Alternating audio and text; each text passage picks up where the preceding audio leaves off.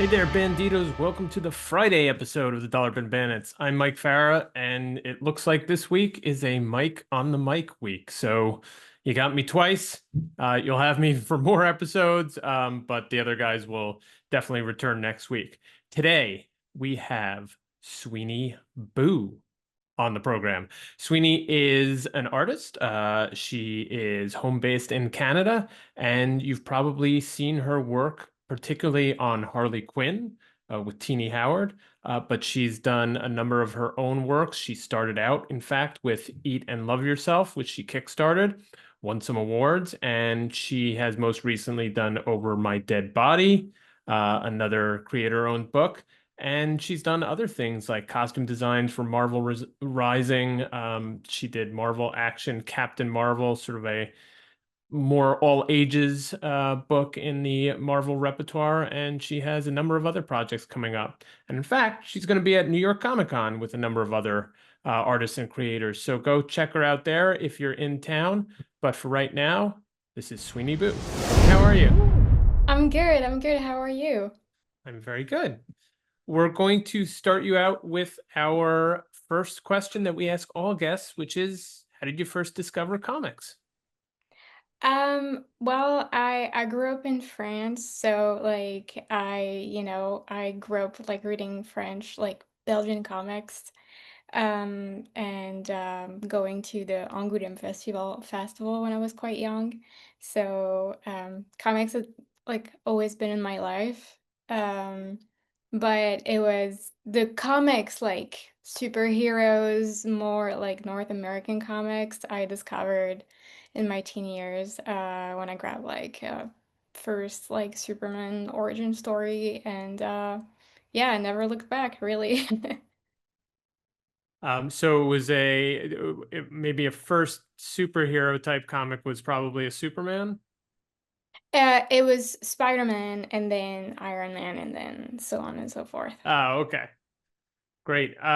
Did you coming from Europe, which I think is a little bit different than the United States, which has this sort of collector's aspect. Was that Mm-hmm. was did you have any of that there, or only when you first started with the superhero comics? Was there any sort of collecting part of that comics journey?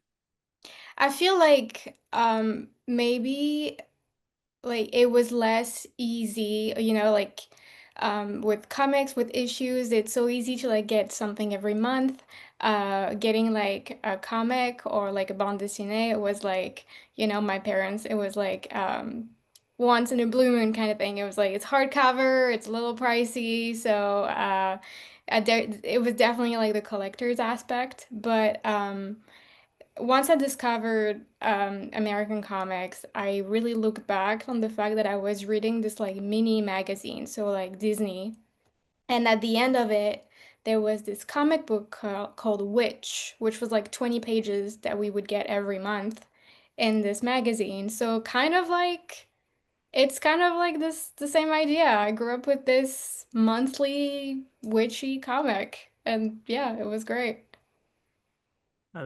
That's great. And you started, as you said, you grew up in France, but you Mhm. moved to Canada. At some point, was that to find a career in comics, or did that come later? I was already kind of diving into the comic industry in Europe a little bit. I was doing colors and I was working for a lettering studio, so we were like lettering Batman or like My Little Pony for like French publishers. The move to Canada was kind of random. It was kind of just like a one-year opportunity, and I just ended up staying. But uh, yeah, the access to the industry being here is definitely easier because I started doing Comic Cons and just locally in Canada and then just like going to the US. So I'm definitely feeling quite lucky for that. Yeah. And were you sort of during this move, and even before when you were doing lettering and coloring, were you also working on your drafting skills and artistry sort of at the same time, or did you sort of take influence from, you know, what you were working on and then kind of start there? I was already like working on stuff on my own, but I didn't go to college or I didn't like study art really. So I did it on in my own time and at my own pace. So when I moved here and even when I started doing Comic Cons and all of that, my skills weren't there yet really. I was still learning. But I still like I published my first graphic novel in like 2018 and it's just I'd say that being here and actually starting to get to know people in the industry gave me the push to like keep going more and yeah, trying to get stuff out there. And so, how did you actually break into the North American industry? Having this background Hmm. and trying to work on your craft. What was the moment? Maybe it was at a con or something. I don't know, but It that you, was. yeah, that you really broke through. It was actually, I was already tailing at cons, selling my own prints and stuff like that. But we have a not a Comic Con, a comic festival in Toronto called TCAF, which is the Toronto Comic Art Festival. It's really cool because it's like it's free for people to come and just like it used to be in the main like library in Toronto. And it's there was like portfolio reviews with publishers and went with my little portfolio and I met some people at IDW and Boom and yeah, I guess like I had enough that like it spoke to them, I guess, and I ended up getting my graphic novel published through Boom afterwards. So that was like the little final, like the little kick that I needed, just a little bit of help. Was that your first published work? Was your first graphic novel, or was it? I think I had read that it might have been with Rat Queens. Is Yes, that right? I did a cover for Red Queens. Yeah, I think it was like a year prior. Um, but officially, like in terms of like interior, yeah, it was my graphic novel with Boom Studios, and through my meeting with IDW, I ended up doing a My Little Pony cover for them, and 6 months later, they reached out to know if I wanted to do like a tryout for Captain Marvel IDW series that they were starting. And that was like my first, I guess, like kind of, yeah, ongoing that I did with them. So all through going to a con. Yeah. Well, Yeah. that's great that those opportunities are out there, and it's, I'm sure, inspirational for a lot of other folks that are, toiling to try to break in. So it can Yeah. happen to you, right? 100%, 100%. And you never know. And either way, like getting to meet people. I wasn't, when I went in there, I didn't expect to get a job, even though like this is what you hope for, but even getting opinions from the people that are in the industry is always helpful. So, So as you were trying to break in mhm. to the industry and get some work on your original ideas and other people's ideas, how did you develop your style, or are you still developing your style, and where are your influences from? That may be too many questions in one, but No, I hope I can give like a clear answer because I feel like it shifts really my inspirations, which is I think is a good thing.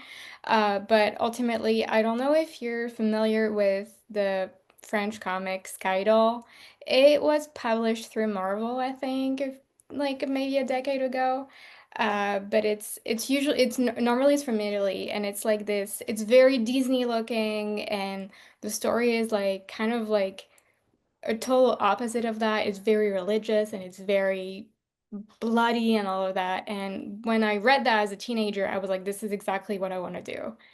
And I feel like So Alessandro Barbucci is the artist.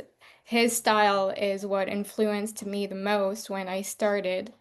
But now I get influences everywhere. I don't know. I love animation. I also love like more old like 1900 art. Like I love J.C. Leyendecker. So I don't know. I love fashion and also like patterns that influences me a lot. So I still experiment. I still play around with my work, and yeah, it's a big mix of a lot of things. Do you feel like you're still evolving in terms of where you want to take your art, or does it evolve from project to project? Or do you feel like you want to have like, this is a Sweeney Boo comic, like a very identifiable kind of style? Don't say like it's not me who said that, but I know that I have people throughout the years who like come to see me at cons and say that like they are able to recognize my style, which is like I appreciate it and it's so kind and it's definitely something that like I want. But I also don't want for because you know there's nowadays there is so much out there in terms of I don't like the word content, but there is Mhm. so much to consume. And I also don't want to be just delivering the same thing all the time. So I try to challenge myself with the new projects that I start, or even experiment from cover to cover, see what I can do. Because it's like, it's ultimately, it's a job that I love to do. And I kind of want to take every opportunity to just like, how can I make something a little better or a little different? So, yeah, I try to, I don't know, keep it fresh. I don't like that sentence, but like, yeah, I guess so. Oh, that totally makes sense. And yeah, I sometimes come up with the same, words, and I'm like, I don't want to use that word, but I have to. It's Um, just sometimes it's perfect for what you're trying to say, I Yeah, guess. exactly, Yeah. exactly. I'm totally with you. I do want to move on to some of the Mhm. specific projects, but before I do that, since you brought it up already, I'm curious about your thoughts on, because you've worked in various different forms, not only within comics, but beyond comics. Mhm. Do you have a favorite way to work? In other words, you've done covers, you've done interiors, you've done sort of character designs, all sorts of different things. Is there one that really gets your engines going more than any other? Or do you like it all? You like a variety? I love a variety. I'm not someone who loves to sit still. So like even when I work on a big project like my graphic novel that like it took me 2 years, but like I like to be able to do some covers here and there, or like maybe like short stories here and there if I can like fit it in. But I think ultimately I really love to tell a story. Like I've started, I mean, like, I guess my first graphic novel is also something that I co-wrote with someone, but like, I've really started writing for the past like like few years and trying to improve that as well as see how I can make my art better with it is something that I'm really enjoying. It ruined watching movies for me because storytelling is all I can see and watch and just like take apart.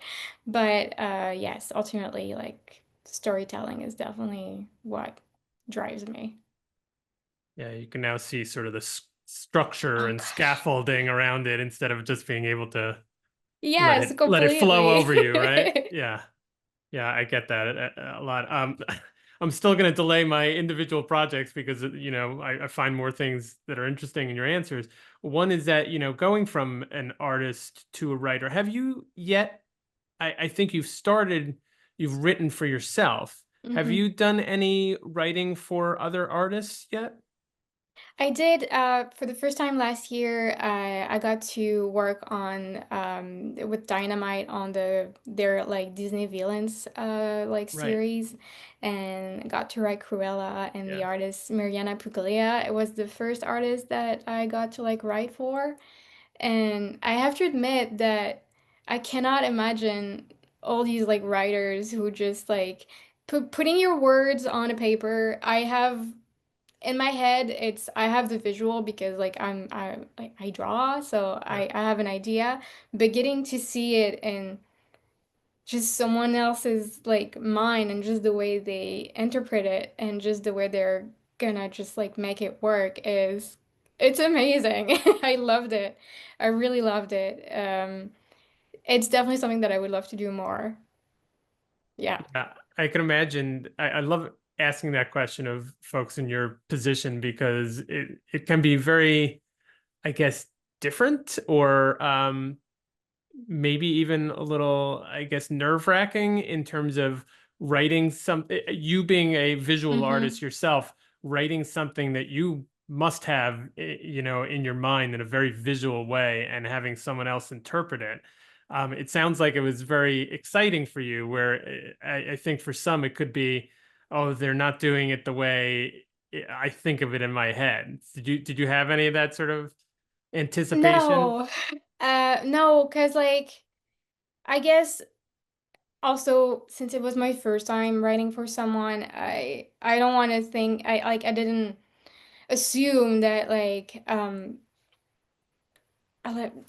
I wasn't like, I wanted to do a good job as well, and I wanted for them to understand what I was trying to say in the pages. So I'm not too attached to my contribution because, again, like comics is teamwork anyway. And I don't think my ideas are the best, and I'm very happy for like to get other people's point of view, and I think ultimately the artist point of view is um, kind of like it's you're the director and the cinematographer a little bit, and I can only give like little pointers on like here is where it should go. um, I'm lucky that I have the option to do my own projects where I write and draw my own stories. So that's like I have that outlet where it's like if I want to draw it, I will draw it. But otherwise, no, I prefer to like completely let it go. And I think one day it would be cool for if there was like an anthology out there with like it's the same story for everyone, the same script, but for people to like they get to see it from like like different artists' point of view, or like just the way everyone just like tells the story differently is like it's really cool. That would be very cool. Yeah. I've heard of projects or maybe they're just kind of one-offs where um, a bunch of inkers will be given the same pencils, and then you get Hmm. to see how differently everybody's either style or interpretation or whatever expansion of those pencils are. So I can imagine going from just, a script to full comics, how vastly different that probably would be. That's a really cool project. I think it would be cool for readers, but even for us as like creators, because like definitely getting to like write like that and having someone else draw. Every time I would get her pages, I would be like, oh my God, that is like so smart. She did it that way. I would have never thought of that. Or just like it just feels like you're picking at someone else's brain just because Right. you knew the script and the pages. It's really interesting. You learn a lot. Yeah. Well, let's talk about one of the collaborations in your past, and one of the probably more successful that you're very well known for, which is with Tini Howard on Harley Quinn. And I'd love to know how that came about, and what work did you and Tini sort of put together before even the work started on the actual comic? Like, what did you want to accomplish together? Well, Tini, like I had been admiring her, like there's like these writers that you would love to work with, and she was definitely one of them. But I had been doing some like backstories and covers for DC when I got an email one summer being like, "Do you want to draw? Do you want to draw Harley Quinn?" And there's definitely no way to say no to that. Even if it was like it's terrifying and exciting in the same way, which it should be. Um, because there's this like pressure. She's such a like a well-known character, but Tini had a very already established idea of uh, that we were really gonna focus on her like mental health and this like very fun cartoony aspect of her, and we were also picking up from what was already like being published with this series because we were continuing even though it was like a new arc, it was different, but it still needed to be cohesive. So I think at first, visually at least, I didn't really like overthink it. I kind of like went in it, and from like the third issue, I don't know, it's gonna sound a little kooky, but it kind of just took a life of its own. It just like she kind of like spoke to me. I was like, I'm gonna have fun with her clothes, I'm gonna have fun with the fashion, I'm gonna have fun with her just like apartment, and just like I love design and I love patterns, and it grew into like something a lit like very colorful and very very cartoony, and when I started being like, okay, this is definitely what I'm doing, I just like I went full on, and Tini is always like was always like super sweet and supportive and getting like little insert in like the script being like, don't hate me for this when it's like the most fun panel that she like writes, or I don't know, I think it's you never really get prepared for the team ups that like even like when you get partnered with someone for like a comic. So you kind of just like dive in, and the same way with like knowing the character, Tini and I just also like learn how to perfectly collaborate together. But it was a effortless. But yeah, that's pretty much it. I always like to say, and it's probably a cliche at this point on the show, that when creators are in sync together and are sort of firing on all cylinders, it comes across very well on the page, like the readers can notice. And I think that very much happened with your and Teeny's Oh, that's Harley so Quinn. kind. So I'd love to know, was there, I'm sure you loved working on all of it, but was there a particular a moment or kind of scene or even a character that you enjoyed working on more than others in that series? Uh, Well, actually, the part where we have Captain Carrot coming in, and I got to I years ago I worked at like a video game studios, and we had fun working on project that looked like a little bit more like UPA, so like Dexter's Laboratory and all of that, and when I read on the script, like we're going like with Captain Carrot and it's gonna be like full cartoon, and I was like, oh my God, I can do something completely different. Let's try to again try challenge myself. I'm gonna go like 180. And so like yeah, getting to do something like with flat colors and just like different just like buildings and all of that, and having her and Captain Carrot just yeah, just be in each other's stories with like super fun and weird, and I really, really, really love that. Awesome. Um, I'm going to take a hard left here and sort of go back because you referenced your, original graphic novels, which you started, fairly from the early part of your career. You were doing Hmm. both this, your creator-owned stuff, as well as work for other companies, and that's particularly Eat and Love Yourself. I'd love to know. So I want to first of all, I want to get straight how it sort of came about. Was this originally a Kickstarter? Or Yeah, okay, so it was a Kickstarter first and then sort of published out through a different company, is that right? Or was it only a it Kickstarter? it was a Kickstarter, and while we were working on it, I put together a little like 20 pages. That's what I showed to the people at Boom Studios, and then it got published through them afterwards. But there's still like a different black and white Kickstarter version that like the people got. Yeah. So that's, I say it's a left turn because we're talking about Harley Quinn, Hmm. way over the top, cartoon action. Of course, there's some, heartfelt moments and psychology in there as well, but this is, very much more personal Hmm. of a subject, talking about eating disorders and body dysmorphia and things of that nature. What what made you want to I guess tackle this project and go into something so personal, especially kind of right out of the gate in the opening Yeah. salvo of your artistic career? It's funny because like I guess now that I'm in my 30s, I'm a little bit more cautious with like the stuff that I take on. I didn't even like overthink it. That was the first thing that I wanted to do. But yeah, it's basically my own story really. I dealt with an eating disorder in my late teens and early 20s.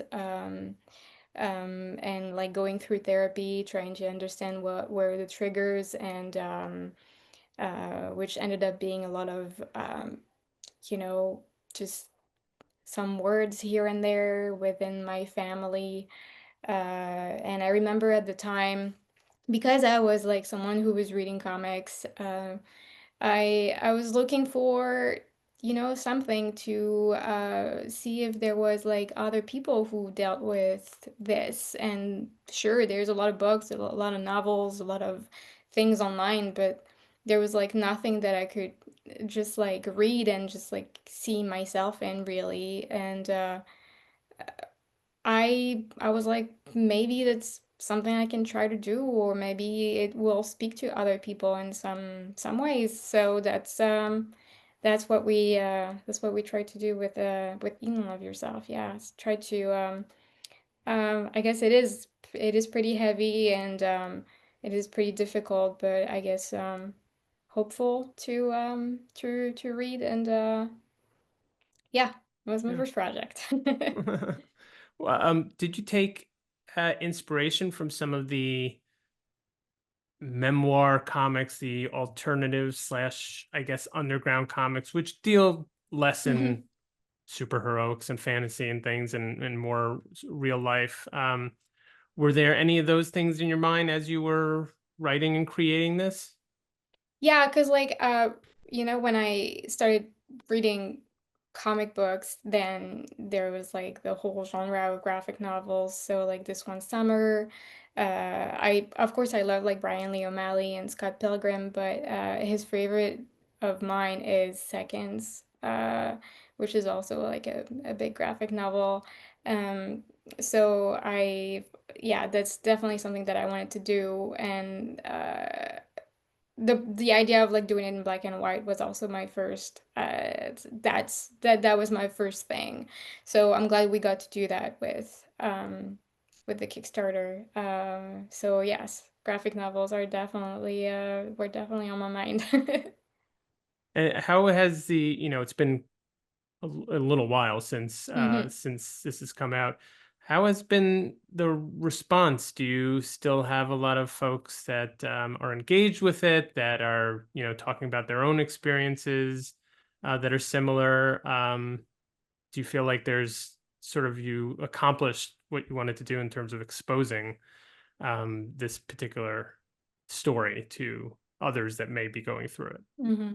I think so. I hope so. I got to meet some people at like cons, got to exchange some words, people just sending me DMs, or uh, some people telling me that like it helped them, speak to their family, which it's all wanted really. I'm not, I wasn't, my story is like just one of many. The way I dealt with my issues is also one of many. Not everyone is the same, but I'm glad that, it spoke to people and it still does. And I still get tagged on some, people reading it here and there. And I'm always happy to see people like picking it up from their local library or stuff like that. So, not I haven't reread it because it's really hard for me to look at my art from then, because that's all I can see. Um, but it's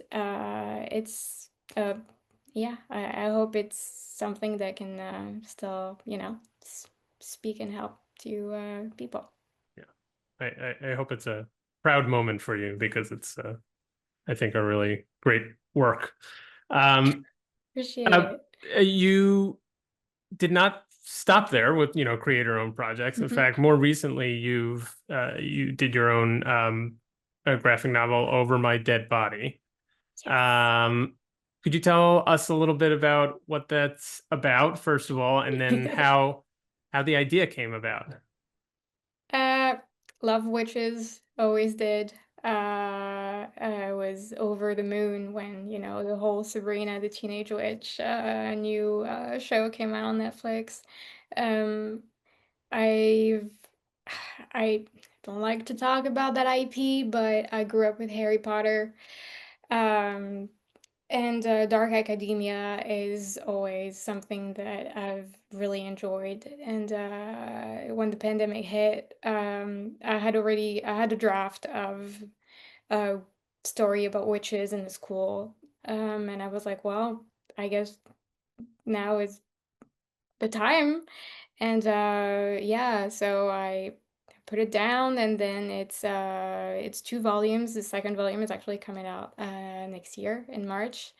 But it's kind of like a Scooby-Doo gang, group of friends in like a dark academia setting, and there's like secrets and desperations and just like maybe a secret behind another big secret. It's a lot of um fun. There's just it also helps me like try to write different types of characters, dynamics, groups of friends, and yeah, so the first volume focuses on like there is one student that has disappeared, and our main character, it's a very close friend of hers, and she's really not happy with how the school is handling it.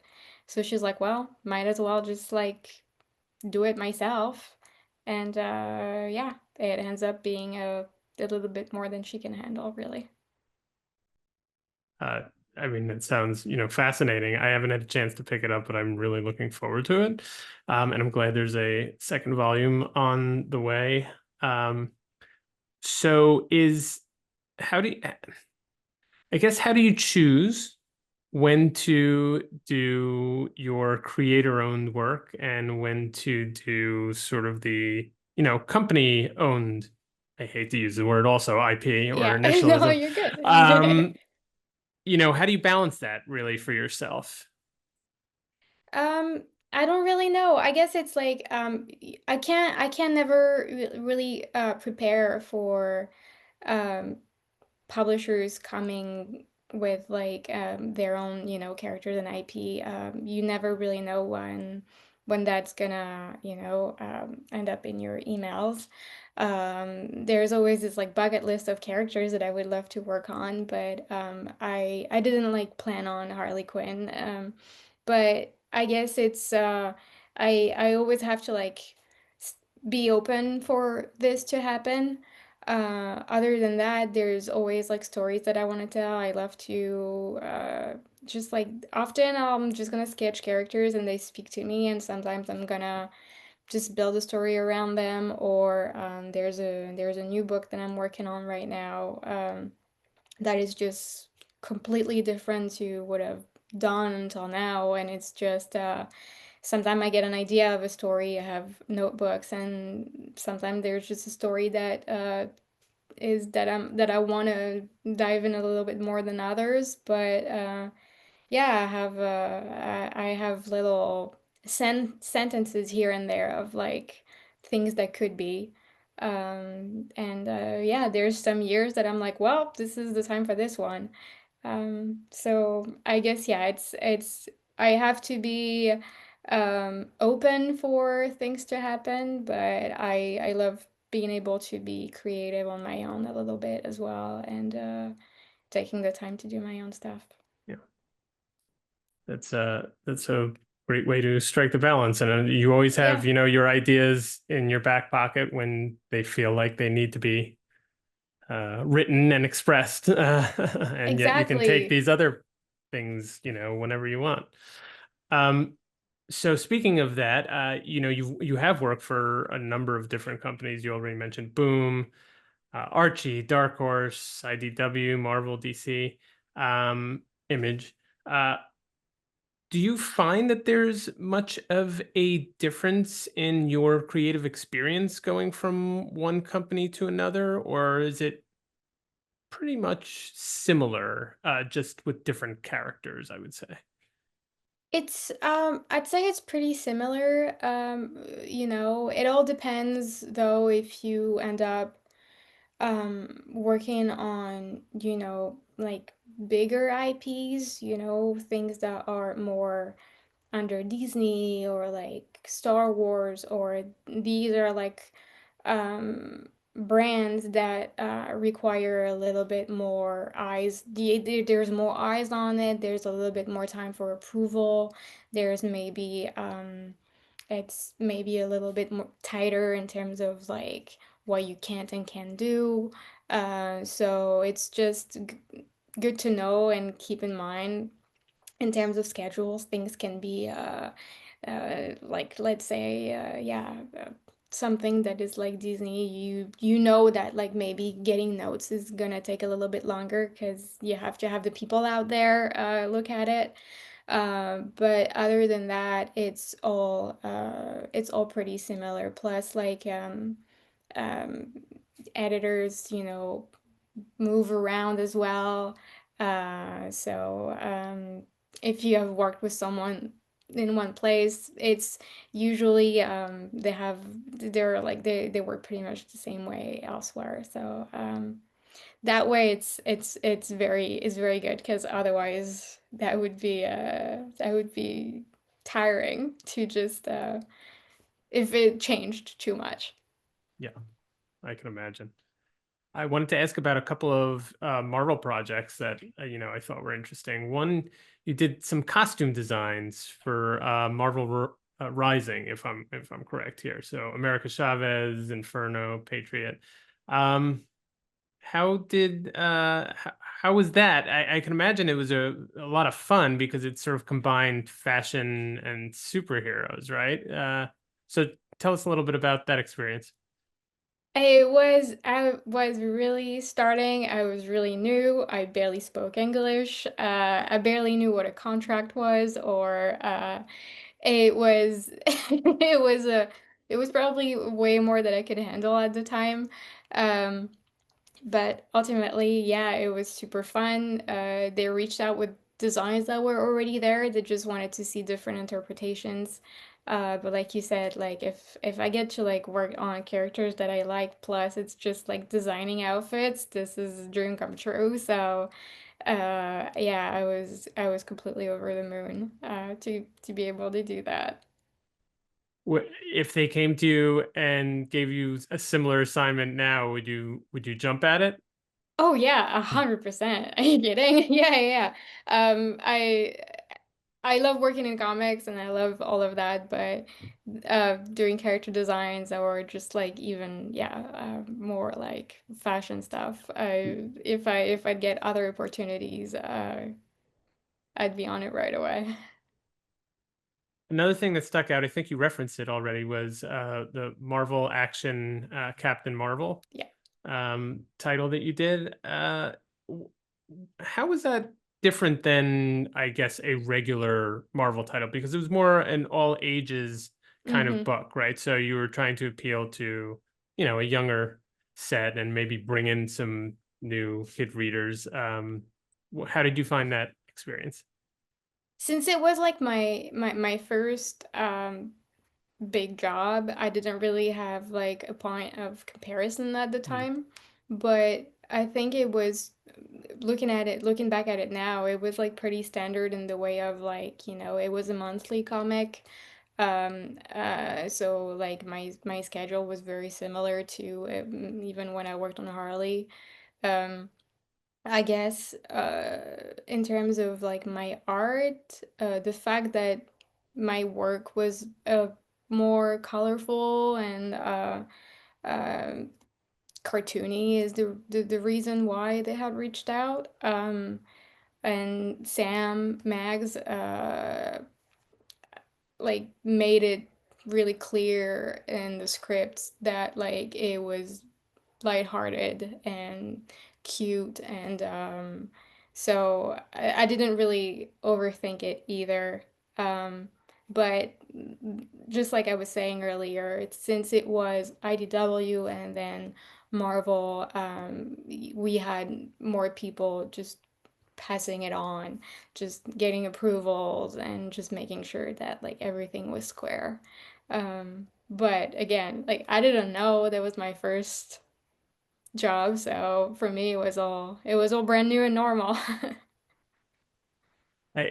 you mentioned a word that I want to get your take on, which is cartoony. hmm And I wonder what you think of that descriptor and whether you embrace it, or resent it, or maybe it changes from project to project or year to year. I don't know. I guess I don't hate it. I mean like cartoons, or like for example, I grew up watching Cartoon Network. Powerpuff Girls and Dexter's were like it's inspired me and still does. Um, and I don't want to be stuck into a style or a way of doing things. Yeah, I like with Harley, the project was like perfect for it, but there's a next project that I'm working on that is going to be more like medieval and horror, and I don't even know yet how it's gonna look visually, but I just know I want it to look a little different. But yeah, no, art is subjective. Everyone has a different interpretation, or just it speaks to them differently. So I don't dislike cartoon. I don't mind it at all. I love animation and I still do. Before wanting to work in comics, I wanted to work in animation. So if I can like blend my love of that with my love of comics and bring that to the page, I don't hate it. That's great. I mean, I wouldn't hate it either.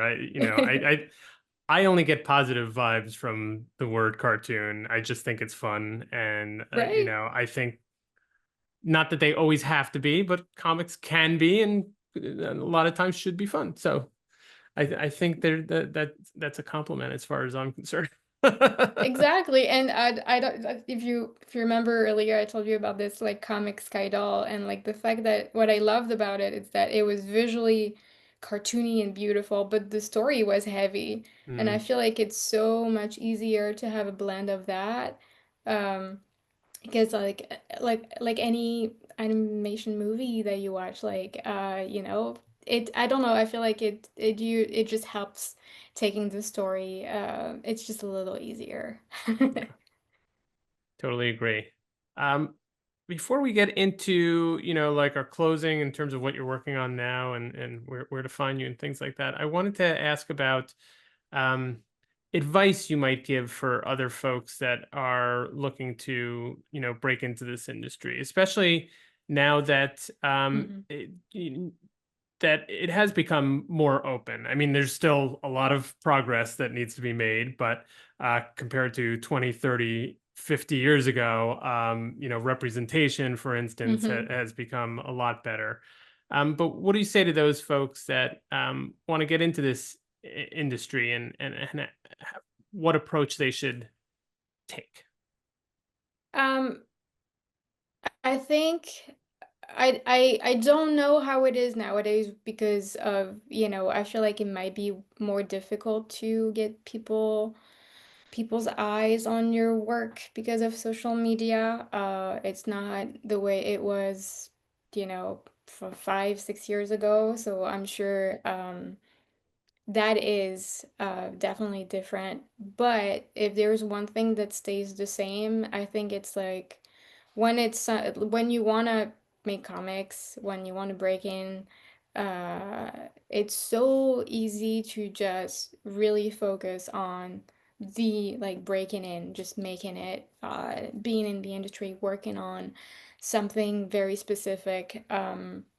Getting your art out there, or just like getting better at your art, or it's the goal is always like very important, and it should be, but ultimately, not to be too cliche, the journey is also extremely fun and very enjoyable. And getting to see you like experimenting with your work, getting your work like, to change, to just like see how you can improve, and improving is very important and just extremely fun. Getting to find your own style is also something that comes on its own, really. Um, but ultimately, once you make it, it's always great, and it's still great because it's your job and you love it. But like, you have to enjoy making art because you're gonna do it all the time and every day. So might you should just start enjoying right away. Uh, but so that would be my advice. Just like have fun with it and enjoy getting better at it. I mean, I hope people that are pursuing this really enjoy it as well, because yeah, I can't imagine if you don't enjoy it, and it's such a hard industry to get into, Hmm. or to be successful at that. It's you better enjoy it. It's gonna be a lot of hours, I Right. swear. Yeah. Um, I know you have some ideas in your back pocket for original work, but I wanted to ask before we close out, are there any company owned characters or titles that you would jump on as soon as they said, "Would you like to work on this?" that you haven't yet? I mean, there are many, obviously, but I would love to do something with Marvel. I've always loved the X-Men. I've always loved Spider-Man. I have like a story about Aunt May as like a Spider-Woman that I would love to just like have fun with. I don't know. There's like many amazing DC characters. Even like getting to do something with Batman would be crazy. I got to like draw him here and there. It's really scary. He's really hard to draw. But there's always these like fantastic characters that, yeah, definitely love to play with. Well, I hope to see some of those someday. It's particularly the Aunt May idea strikes me as very creative and interesting. So I'd love to see She's that. unused. Yeah, she's underused and certainly has a lot of potential for a older lady. I think she can really, she hasn't been given the due that she deserves.